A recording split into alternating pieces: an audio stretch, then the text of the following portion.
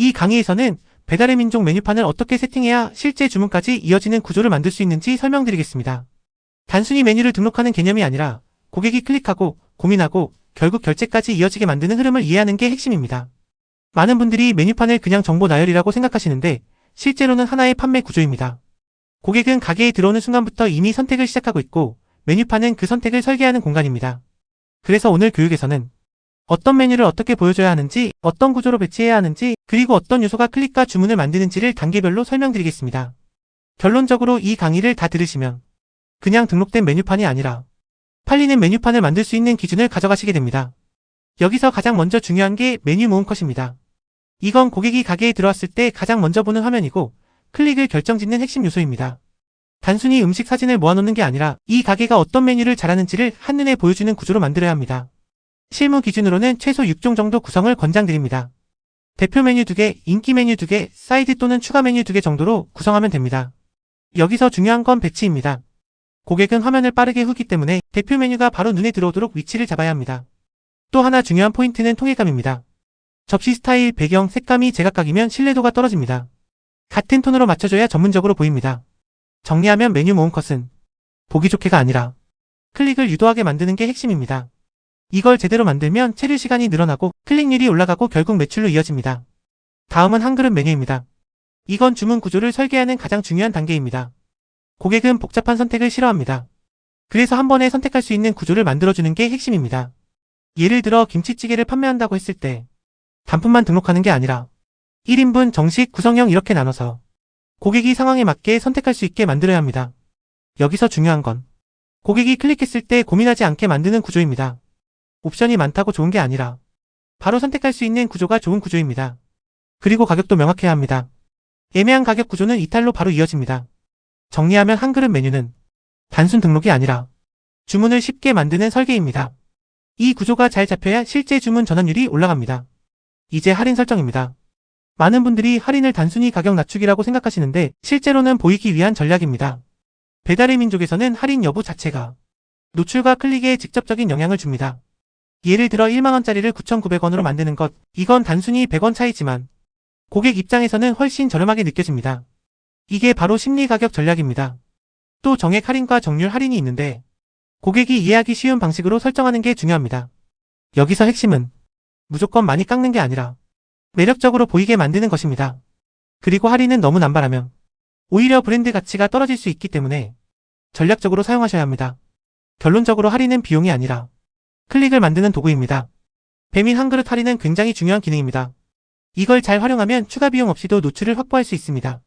특히 이벤트 형태로 운영되기 때문에 고객 입장에서는 혜택이 있는 가게로 인식됩니다. 그리고 일정 기간 동안은 배달비 페이백 같은 추가 혜택도 받을 수 있습니다. 이 말은 결국 단순 할인 이상의 효과가 있다는 의미입니다.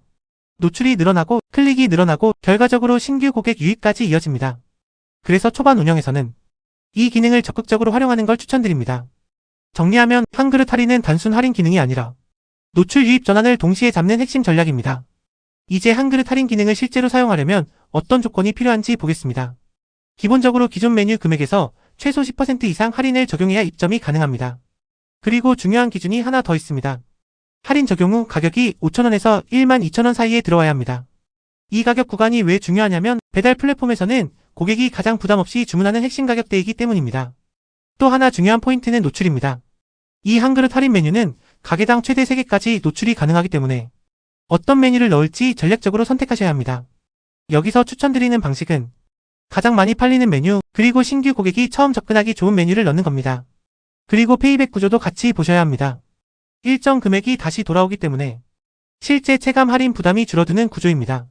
정리하면 이 기능은 조건만 맞추면 끝나는 게 아니라 어떤 메뉴를 넣느냐가 성과를 결정합니다. 이제 실제 설정 방법입니다. 배민 한 그릇 할인은 배달의 민족 관리자에서 설정할 수 있습니다. 운영 방식은 단순합니다. 판매 가능한 메뉴를 등록하고 할인율을 적용하면 자동으로 노출이 됩니다. 여기서 중요한 건 할인율 설정입니다. 최소 10% 이상은 필수고 너무 높이면 수익성이 깨질 수 있기 때문에 적정선을 잡아야 합니다. 그리고 정률 할인 방식으로 들어가기 때문에 메뉴 가격에 맞게 할인 금액이 자동으로 계산됩니다. 실무적으로는 원가를 고려해서 이 정도 할인까지는 괜찮다라는 기준을 먼저 잡고 그 안에서 운영하는 게 중요합니다. 또 하나 중요한 포인트는 단순히 등록만 해놓고 방치하면 안 된다는 겁니다. 반응을 보면서 메뉴를 교체하거나 할인율을 조정하면서 계속 최적화를 해야 합니다. 결국 이 기능도 세팅, 테스트, 수정, 이 구조로 운영하셔야 성과가 나옵니다. 이제 주문 안내 영역입니다. 이 부분은 많은 분들이 그냥 공지사항처럼 생각하시는데 실제로는 고객을 설득하는 첫 번째 텍스트 공간입니다. 고객은 메뉴를 보기 전에 이 주문 안내를 먼저 읽고 이 가게 괜찮은가? 를 판단합니다. 그래서 단순 안내가 아니라 신뢰를 만드는 내용이 들어가야 합니다. 예를 들어 리뷰 작성 시 음료 제공 같은 이벤트, 모든 메뉴 당일 조리 같은 신뢰 문구, 조리 시간 안내 같은 정보들이 들어가면 좋습니다. 여기서 중요한 건 너무 길게 쓰는 게 아니라 핵심만 깔끔하게 전달하는 겁니다.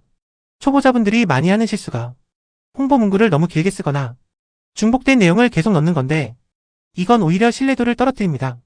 정리하면 주문 안내는 정보 전달이 아니라 신뢰 형성과 기대감 상승이 목적입니다. 이걸 잘 쓰면 주문 전환율이 확실하게 올라갑니다.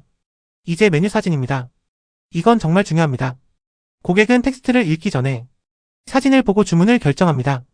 그래서 사진 한 장이 클릭률과 주문율을 직접적으로 좌우합니다. 촬영 각도도 중요합니다. 정면 45도, 90도 등 다양한 각도를 활용해야 하고 특히 상단에서 찍는 탑뷰는 전체 구성을 보여주기 좋습니다. 또 배경도 중요합니다. 너무 복잡하면 음식이 안 보이고 너무 화려해도 집중도가 떨어집니다. 그래서 단색 배경이나 일관된 스타일로 맞추는 게 좋습니다. 그리고 꼭 체크해야 할 것들이 있습니다. 음식이 중앙에 있어야 하고 접시가 잘리지 않아야 하고 불필요한 소품은 제거해야 합니다. 초보자분들이 많이 하는 실수는 필터를 과하게 쓰거나 실제 음식과 다른 사진을 쓰는 겁니다. 이건 고객 신뢰를 떨어뜨립니다. 결론적으로 메뉴 사진은 예쁘게 찍는 것이 아니라 먹고 싶게 만드는 것입니다. 마지막으로 메뉴명 SEO입니다. 이건 검색에서 고객을 만나는 가장 중요한 요소입니다. 메뉴명은 단순한 이름이 아니라 검색 키워드입니다. 예를 들어 그냥 김치찌개라고 쓰는 것보다 한식 김치찌개 1인분처럼 카테고리 메뉴 특징을 같이 넣어주는 게 훨씬 유리합니다. 고객은 다양한 키워드로 검색을 하기 때문에 이 키워드를 메뉴명에 반영해야 노출이 됩니다. 여기서 중요한 구성은 세 가지입니다. 메뉴 종류, 상황 키워드, 특징 키워드입니다. 예를 들어 혼밥, 점심 추천, 가성비, 푸짐한 이런 단어들이 고객 검색과 연결됩니다. 하지만 주의할 점도 있습니다. 키워드를 과하게 넣거나 허위 표현을 쓰면 오히려 역효과가 납니다. 정리하면 메뉴명은 잘 짓는 이름이 아니라 검색에 걸리는 구조로 만들어야 합니다. 이걸 잘 세팅하면 광고 없이도 자연 노출이 증가합니다. 이제 메뉴 구성입니다. 여기서부터는 단순 등록이 아니라 고객의 결정을 끌어내는 설계 단계라고 보시면 됩니다. 같은 가격이라도 구성이 어떻게 되어 있느냐에 따라 고객이 느끼는 가치는 완전히 달라집니다. 예를 들어 단품만 있는 메뉴보다 계란 후라이, 김치, 샐러드 같은 구성이 함께 들어가 있으면 고객 입장에서는 훨씬 푸짐하고 가성비가 좋다고 느낍니다. 이걸 후킹 포인트라고 합니다. 고객이 보자마자 이거 괜찮은데? 라고 느끼게 만드는 요소입니다. 여기서 중요한 건 옵션으로 빼는 게 아니라 기본 구성으로 포함시키는 전략입니다. 초보자분들이 많이 하는 실수가 구성을 옵션으로 다 빼버리는 건데 그러면 고객은 가격 대비 가치가 낮다고 느끼고 이탈합니다. 또 하나 중요한 건 사진과 실제 구성이 동일해야 합니다. 사진은 푸짐한데 실제는 부실하면 리뷰에서 바로 문제가 됩니다. 정리하면 메뉴 구성은 얼마를 받느냐보다 어떤 가치를 주느냐가 핵심입니다. 이제 메뉴 설명입니다. 이건 고객이 결제 버튼을 누르기 직전에 보는 마지막 설득 요소입니다. 사진과 메뉴명으로 관심을 끌었다면 설명에서는 확신을 줘야 합니다. 구성은 크게 세 가지로 보시면 됩니다. 첫 번째 한 줄 요약입니다. 이 메뉴가 어떤 맛인지 어떤 특징인지 짧고 명확하게 전달해야 합니다. 두 번째 구성 설명입니다. 밥, 반찬, 사이드 등 무엇이 포함되어 있는지 정확하게 알려줘야 합니다. 세 번째 추천 포인트입니다.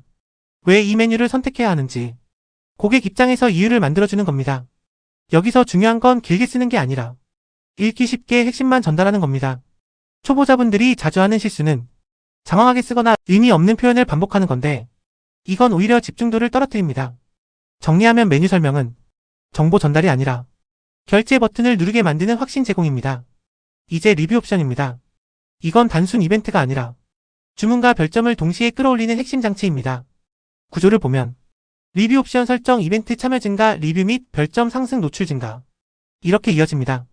즉 하나의 설정으로 노출과 주문을 동시에 올릴 수 있는 구조입니다.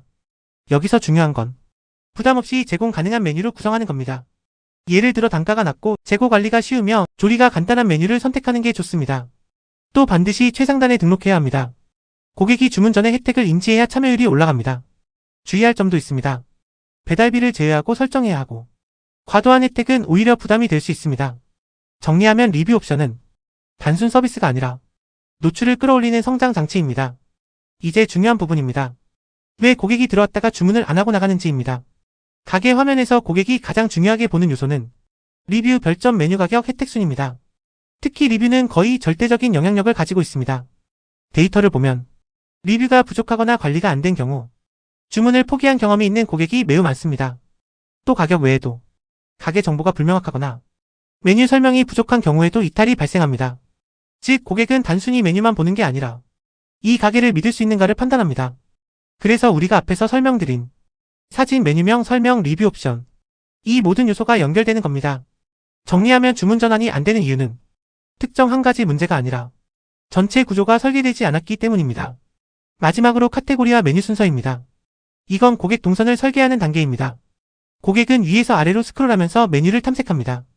그래서 상단에 무엇을 배치하느냐가 굉장히 중요합니다. 추천 메뉴, 인기 메뉴를 상단에 배치하고 사이드나 음료는 하단으로 내리는 구조가 기본입니다. 또 하나 중요한 건 카테고리를 너무 많이 나누지 않는 겁니다. 카테고리가 많아지면 고객이 어디를 봐야 할지 헷갈리고 결국 이탈로 이어집니다. 초보자분들이 많이 하는 실수가 메뉴를 랜덤으로 배치하거나 카테고리를 기준 없이 나누는 건데 이건 고객 경험을 망치는 요소입니다. 정리하면 카테고리와 메뉴 순서는 정리가 아니라 고객이 쉽게 선택하게 만드는 설계입니다. 이 구조만 잘 잡아도 메뉴 선택 속도가 빨라지고 주문 전환율이 올라갑니다. 이제 원산지 등록입니다. 이건 단순히 법적으로 해야 하는 항목이 아니라 고객 신뢰를 완성하는 마지막 단계라고 보시면 됩니다. 배달 플랫폼에서는 원산지 표기가 제대로 되어 있지 않으면 노출이 제한되거나 페널티가 발생할 수 있습니다. 그래서 반드시 정확하고 명확하게 작성해야 합니다. 예를 들어 돼지고기 국내산, 김치 국내산처럼 고객이 바로 이해할 수 있게 구체적으로 적어야 합니다. 초보자분들이 많이 하는 실수가 전체를 한 줄로 뭉뚱그려서 쓰거나 아예 입력하지 않는 경우인데 이건 가장 기본적인 신뢰 요소를 놓치는 겁니다. 고객 입장에서는 이 정보 하나만 보고도 이 가게는 믿을 수 있겠다라고 판단하기도 합니다. 정리하면 원산지 등록은 의무사항을 넘어서 신뢰도를 올리는 중요한 요소입니다.